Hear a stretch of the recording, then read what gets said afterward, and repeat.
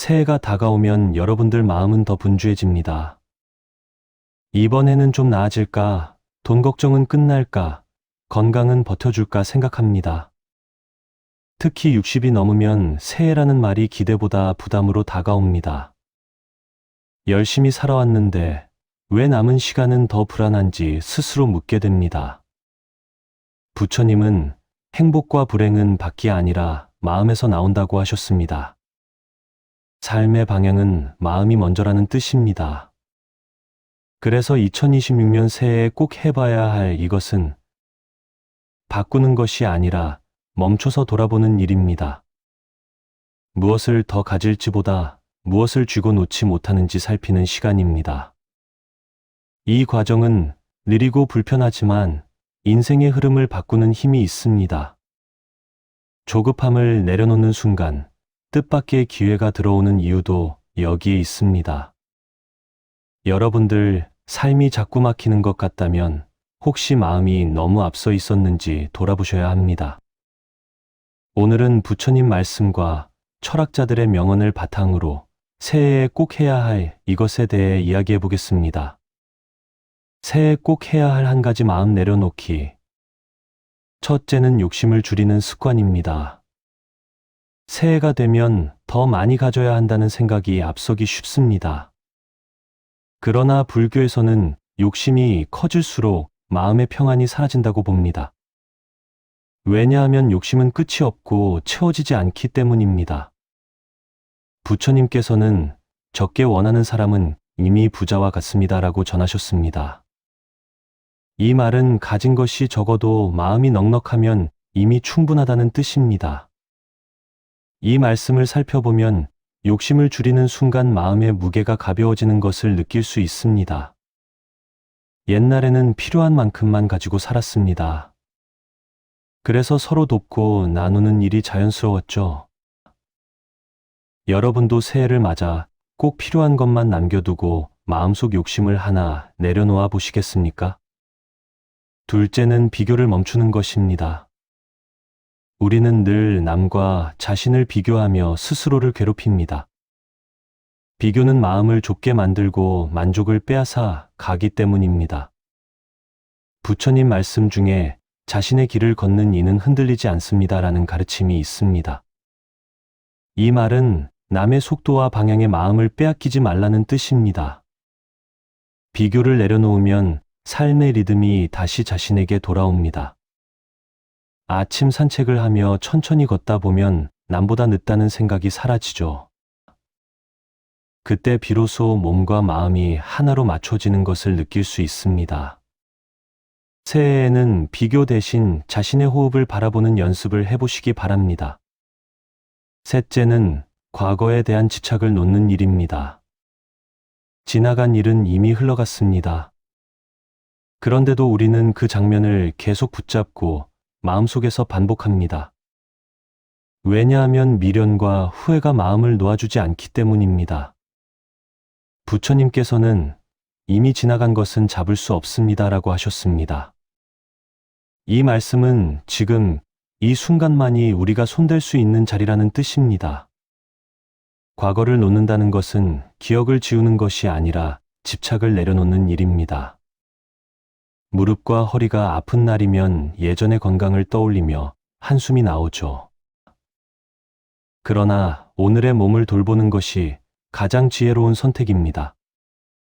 여러분도 과거 대신 오늘의 마음을 두어보시면 좋겠습니다. 넷째는 미래에 대한 불안을 내려놓는 것입니다. 앞날을 생각하면 걱정이 먼저 올라옵니다. 불안은 걱정을 미리 끌어와 마음을 소모하게 만듭니다. 부처님 말씀에 내일의 걱정은 내일의 몫입니다라고 하셨습니다. 이 가르침은 오늘 할 수 있는 일에 집중하라는 이야기입니다. 미래를 준비하되 끌려가지 않는 태도가 필요합니다. 텃밭을 가꾸는 일을 떠올려 보면 씨를 심고 물을 주되 매일 파내어 확인하지는 않죠. 때가 되면 자연스럽게 자라기 때문입니다. 새해에는 오늘의 한 걸음에 마음을 두면 좋겠습니다. 다섯째는 말에 대한 집착을 놓는 일입니다. 우리는 말로 인정받고 말로 상처를 받습니다. 말에 매달리면 마음이 쉬지 못하기 때문입니다. 부처님께서는 침묵 속에 지혜가 머뭅니다라고 전하셨습니다. 이 말씀은 불필요한 말을 줄일수록 마음이 맑아진다는 뜻입니다. 가족과의 대화에서도 꼭 이겨야 할 말은 없습니다. 손자, 손녀를 바라보며 조용히 미소 짓는 순간이 더 깊은 소통이 되죠. 말을 내려놓으면 마음의 여백이 생깁니다. 그 여백에서 평안이 자랍니다. 여러분도 하루에 잠시 말없이 앉아 있어 보시겠습니까? 여섯째는 감정에 휘둘리지 않는 연습입니다. 화와 서운함은 자연스러운 감정입니다. 문제는 그 감정에 자신을 맡겨버리는 데 있습니다. 왜냐하면 감정은 잠시 머물다 사라지는 성질을 지니기 때문입니다. 부처님 말씀에 마음은 손님과 같습니다라는 가르침이 있습니다. 이 말은 감정이 찾아와도 주인이 될 수는 없다는 뜻입니다. 화를 느끼되 그 화가 나를 대신 말하게 두지 않는 태도가 필요합니다. 아침에 몸이 무거운 날도 있지만 하루 종일 그렇지는 않죠. 감정도 마찬가지입니다. 그렇게 바라보면 한결 가벼워집니다. 일곱째는 소유에 대한 집착을 줄이는 것입니다. 물건이 많을수록 마음이 풍요로울 것 같지만 꼭 그렇지는 않습니다. 관리해야 할 것이 늘어나기 때문입니다. 부처님께서는 가벼운 마음이 먼 길을 갑니다라고 하셨습니다.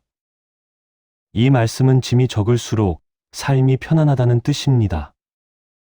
집 안을 천천히 둘러보며 쓰지 않는 물건을 정리해 보시면 좋겠습니다. 물건을 놓을 때 마음도 함께 놓이죠. 이 과정에서 삶의 우선순위가 또렷해집니다. 새해에는 하나씩 비워가는 기쁨을 느껴보시기 바랍니다. 여덟째는 관계에서 기대를 내려놓는 일입니다. 기대가 크면 실망도 커집니다. 기대는 보이지 않는 요구이기 때문입니다. 부처님 말씀에 모든 인연은 머물다 갑니다라는 가르침이 있습니다. 이 말은 사람도 상황도 영원하지 않다는 뜻입니다. 기대를 내려놓으면 관계가 훨씬 부드러워집니다. 가족이라도 각자의 삶이 있음을 인정하게 되죠. 그러면 서운함 대신 이해가 남습니다. 여러분도 누군가에게 품고 있던 기대를 하나 내려놓아 보시면 좋겠습니다. 아홉째는 자신에 대한 비난을 멈추는 것입니다. 우리는 남보다 자신에게 더 엄격합니다. 스스로를 몰아붙이면 마음이 지칩니다. 왜냐하면 쉼없는 자책은 에너지를 고갈시키기 때문입니다. 부처님께서는 자신을 해치지 않는 것이 수행입니다라고 전하셨습니다. 이 말은 자기 연민과 자비가 필요하다는 뜻입니다. 실수한 날에는 그럼에도 여기까지 온 자신을 바라보면 좋겠습니다. 그 시선이 다시 일어설 힘이 됩니다.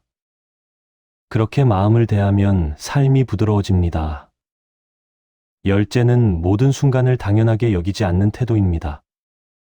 숨 쉬는 일도 햇살도 모두 인연입니다. 당연하다고 느끼는 순간 감사는 사라집니다.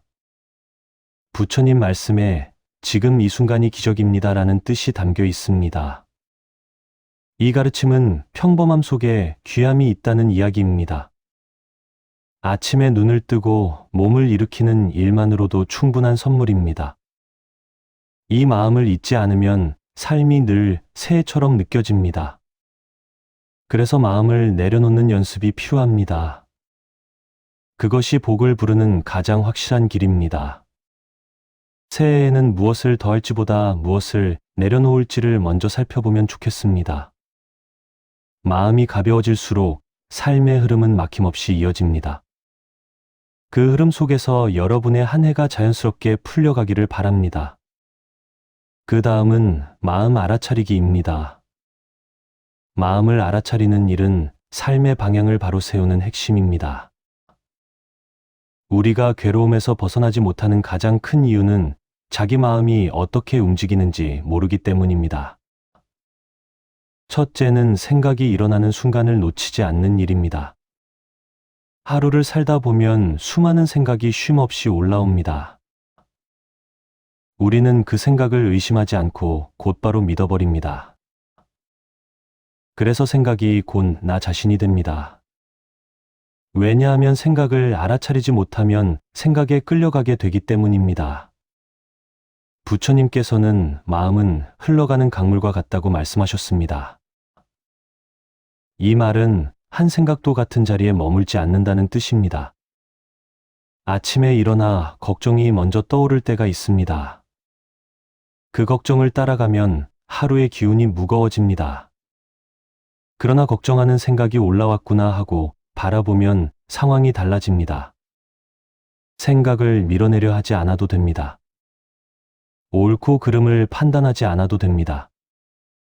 그저 지금 이런 생각이 있구나 하고 알아차리면 충분합니다.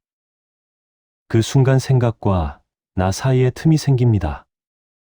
그 틈에서 마음은 조금씩 숨을 쉽니다. 여러분도 오늘 가장 자주 떠오르는 생각 하나를 살펴보면 좋겠습니다. 둘째는 감정을 적으로 삼지 않는 연습입니다. 우리는 화가 나면 화를 내면 안 된다고 다그칩니다. 슬픔이 오면 약해졌다고 스스로를 몰아붙입니다. 그러나 감정은 잘못이 아닙니다. 왜냐하면 감정은 마음이 보내는 자연스러운 신호이기 때문입니다. 부처님 말씀에 느낌은 일어나되 머물지 않는다고 하셨습니다. 이 가르침은 감정이 본래 잠시 스쳐가는 존재라는 뜻입니다. 화를 느낄 때 가슴이 답답해지는 것을 느껴보면 좋겠습니다. 서운함이 올라올 때 목이 꽉 막히는 감각을 알아차려 보면 됩니다. 그 감정을 설명하려 들지 않아도 됩니다.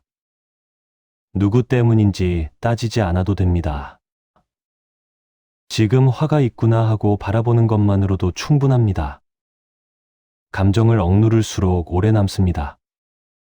그러나 바라보면 서서히 힘을 잃습니다. 그렇게 살펴보면 감정도 손님처럼 왔다 가는 존재라는 것이 이해가 됩니다. 셋째는 몸의 감각을 통해 마음을 알아차리는 일입니다. 마음은 보이지 않지만 몸에는 늘 흔적을 남깁니다. 불안할 때 숨이 얕아지고 긴장할 때 어깨가 굳습니다. 그래서 몸을 보면 마음을 알 수 있습니다. 왜냐하면 몸과 마음은 한 덩어리처럼 함께 움직이기 때문입니다. 부처님께서는 몸을 관찰하면 마음을 놓치지 않는다고 하셨습니다. 이 말씀은 몸이 마음을 비추는 거울이라는 뜻입니다. 아침에 일어나 허리가 뻐근할 때가 있습니다. 그때 짜증부터 내기보다 몸이 쉬고 싶어 하는구나 하고 알아차려 보십시오. 천천히 숨을 들이쉬고 내쉬며 배와 가슴의 움직임을 느껴보면 됩니다. 숨을 따라가다 보면 생각은 자연히 줄어듭니다. 몸에 머무는 순간 마음은 현재로 돌아옵니다. 이 단순한 관찰이 하루를 안정시킵니다. 넷째는 반응하기 전에 잠시 멈추는 일입니다. 우리는 자극이 오면 자동으로 반응합니다. 말을 듣고 바로 말로 되돌려줍니다. 그러나 그 말이 관계를 어렵게 만들 때가 많습니다. 왜냐하면 자동 반응은 오래된 습관이기 때문입니다. 부처님 말씀에 멈춤 속에 길이 있다고 전해집니다. 이 가르침은 반응과 반응 사이의 짧은 쉼을 말합니다. 누군가의 말에 마음이 상했을 때 바로 답하지 않아도 됩니다. 잠시 숨을 고르고 마음의 상태를 살펴보면 좋겠습니다. 지금 서운함이 올라왔구나 하고 알아차리는 그 순간이 중요합니다. 그 짧은 멈춤이 말의 온도를 바꿉니다. 관계의 흐름도 달라집니다. 멈출 수 있다는 것은 이미 마음을 보고 있다는 뜻입니다. 다섯째는 좋고 싫음이 일어나는 순간을 알아차리는 일입니다. 우리는 늘 좋아하는 것과 싫어하는 것에 끌려다닙니다. 그 기준이 선택을 대신해 줍니다. 왜냐하면 좋고 싫음에 맡기면 마음의 주도권을 잃기 때문입니다. 부처님께서는 집착이 괴로움의 뿌리라고 하셨습니다. 이 말씀은 좋음에 매달리고 싫음을 밀어내는 마음을 가리킵니다. 맛있는 음식을 먹을 때 더 먹고 싶다는 마음이 생깁니다. 그 순간 멈추기 어렵습니다. 그때 더 먹고 싶어 하는 마음이 있구나 하고 알아차려 보십시오. 싫은 상황에서도 마찬가지입니다. 피하고 싶은 마음이 올라왔구나 하고 바라보면 됩니다. 좋고 싫음을 알아차리는 순간 선택의 여지가 생깁니다. 끌려가지 않고 방향을 고를 수 있게 됩니다. 여섯째는 반복되는 생각의 습관을 살펴보는 일입니다. 비슷한 걱정이 매일같이 떠오를 때가 있습니다. 같은 사람 같은 상황에서 늘 같은 반응이 나옵니다. 이것이 마음의 패턴입니다. 왜냐하면 익숙한 생각은 자동으로 굴러가기 때문입니다. 부처님께서는 익숙함이 무지를 키운다고 하셨습니다. 이 말은 습관을 보지 못하면 벗어나기 어렵다는 뜻입니다. 늘 나는 부족하다는 생각이 반복된다면 그것을 알아차려야 합니다. 사실인지 아닌지를 따지기 전에 패턴으로 바라보면 됩니다. 아, 또 이 생각이 왔구나 하고 인식하면 충분합니다. 그러면 그 생각은 예전처럼 강하게 나를 끌고 가지 못합니다. 패턴을 보는 순간 변화는 이미 시작됩니다. 일곱째는 남의 마음보다 자신의 마음을 먼저 살피는 태도입니다. 우리는 타인의 말과 행동에 마음을 많이 씁니다. 왜 그런 말을 했을까? 왜 저렇게 행동했을까? 곱씹습니다. 그러나 괴로움은 내 마음에서 일어납니다. 왜냐하면 같은 말을 들어도 반응은 사람마다 다르기 때문입니다. 부처님께서는 밖을 보기보다 안을 살피라고 하셨습니다. 이 말씀은 원인을 외부에서 찾지 말라는 뜻입니다. 가족의 말에 서운함이 생겼다면 그 서운함을 먼저 바라보면 됩니다. 인정받고 싶었던 마음이 있었구나 하고 알아차리면 이해가 됩니다. 그러면 상대를 탓하는 마음이 줄어듭니다. 관계는 그렇게 부드러워집니다. 여덟째는 좋은 마음도 붙잡지 않는 연습입니다. 편안함이 찾아오면 이 상태가 계속되길 바랍니다.